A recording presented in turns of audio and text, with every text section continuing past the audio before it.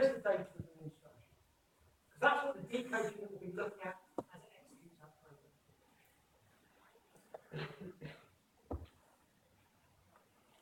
So this is our machine.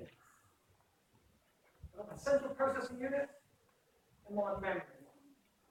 Linking the two together are the address bus, driven by the processor, the address, the binary kind of bit pattern identifies which memory location I want to read or write to or from, and then the data, so the data out from the processor, and then right at the top, the data out from the memory. So we've got to decide how big those should be.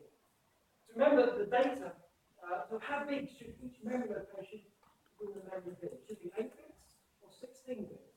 Because remember, 8 bits was how big our data was, and 16 bits we've just seen how big our instructions are. So how big should these addressable locations be? Well, I could have them in 8 bits. So each addressable location, so 0, 1, 2, 3, 4, 5, could each store an 8-bit value. But my instruction is 16 bits. So an instruction would have to be spread over 2 memory locations. If I could do that, there's nothing wrong with that. Equally, I could say, right, I'm going to do it the way around. Each memory location will store 16 bits. So now, one instruction will fit into one memory location, which is ideal. But my data is only 8 bits.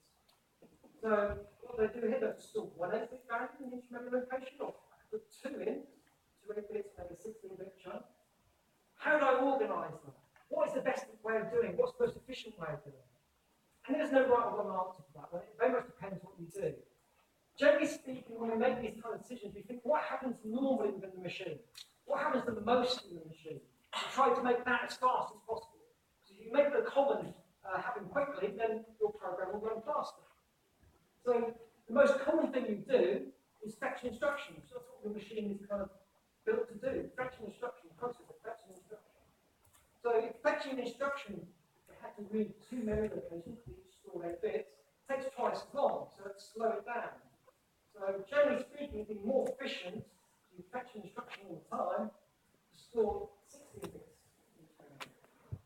But as I say, it does change. You kind of see how your program behaves, understand what its requirements are. Right, here's our first simple program. So this is our program that you need to execute. So you can see what it does is it reads data from memory, adds a number to it, tests to see if I generate overflow. If I have, then I saturate, I change the results to maximum value, then I write it back to memory. So these are the instructions that were defined in the previous slide. So these are going to be the bit patterns that exist within the memory. So the first one, input accumulator 6. So what that does, input, we go, okay, an input is a read. So reading memory. So the 6 here is not going to be a data value, it's going to be an address in memory. So I need to read memory location 6. The next one adds to the accumulator 10. Well, 10 here, that's going to be a number, but that's a constant. So what happens is I've read from memory location 6, put it in the accumulator, my general purpose register. Now I'm going to add the record value 10 to it. So 10 there is a data value, it's a constant. Now I've got jump instruction. So if the last arithmetic operation, add instruction, if that did not generate a carry, then this jump instruction will be executed. So there, the 4 is addressed. So the 4 here will be jump to the output instruction. Let's skip the local instruction. Jump over that. So the 4 is addressed within the program on this page.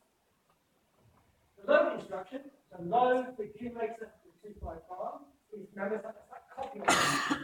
So copy the data value 255 into the accumulator. Output instruction, again like the input instruction, the value 7 here is the address. Whatever value I've generated in the accumulator, I write that out to memory location 7.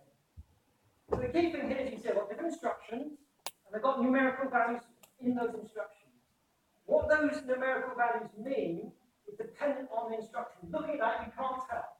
Unless you know what each instruction does, unless you know what each bit field within that instruction defines, you won't know what the values mean.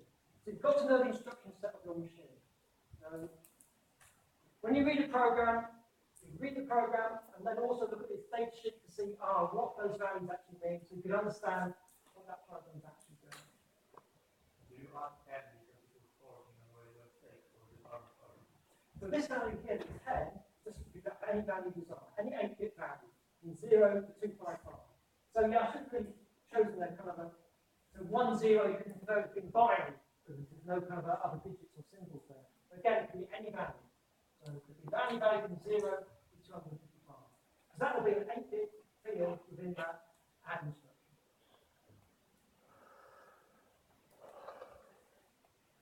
Jump instruction, again, jump 0. So remember the jump instruction changes the address in the program counter, so now it'll jump back to memory location 0 and we'll go around that loop correctly. So they're all the basic types of instructions. Instructions that read and write to memory, instructions that process the data that you've read from memory, and instructions that control the flow of execution of instructions within your program. There's no other real different type of instructions, they're all there. And obviously at the bottom of our memory is our data. Remember, this is the bottom of the machine, so I've got my instructions and my data are within the same memory space as we've got illustrated there. So what we need to do is do a detected code execute cycle. All we need to understand is how this and then machine code representation, those binary strings, cause the processor to execute that program. So how does it implement this detected code execute cycle? How physically in the hardware do I get the instruction? How do I decode the instruction, work out what it needs to do, and then execute the instruction, perform the operation defined in the instruction, and then repeat. So that's what we're going to look at. So there's our machine. So here we've got, I know I've kind of represented them in textual form here at the moment, it's got assembly language, but each line here, each memory location is 16 bits wide, it has that bit pattern for input and jump as defined in the previous lecture as well. So that's our memory. Loaded up with our program. Now we've got the processor, with its multiplexers and registers, ready to run that program. So when you first pair up the machine, the official electronic and logic gates, the AND gates, the OR gates, the value will have will be random. So I need to reset it. So what I do is I have a reset pin. And when I pulse that reset pin, then I set every memory location, every register inside the processor to a 0 value. That means that the first instruction has to be memory location 0 because my program counter, my special purpose register inside the machine, points to memory to say where the instruction is before we reset to the value 0. So when I boot up, the first instruction will be in memory location 0. So I need to get that to the address bus. So the decoder here knows I'm doing a fetch. So it knows to generate a control signal to route program counter value, the register, through the multiplexer to the address bus. So it sends the address on to read to memory, 0, accesses the data, that bit pattern for the input. Has accessed it, feeds that 16-bit value, and stores it into the instruction register. And that's the end of the fetch time. So I've set up the multiplexer to route the address to the memory, and read the memory, store the result in the instruction register,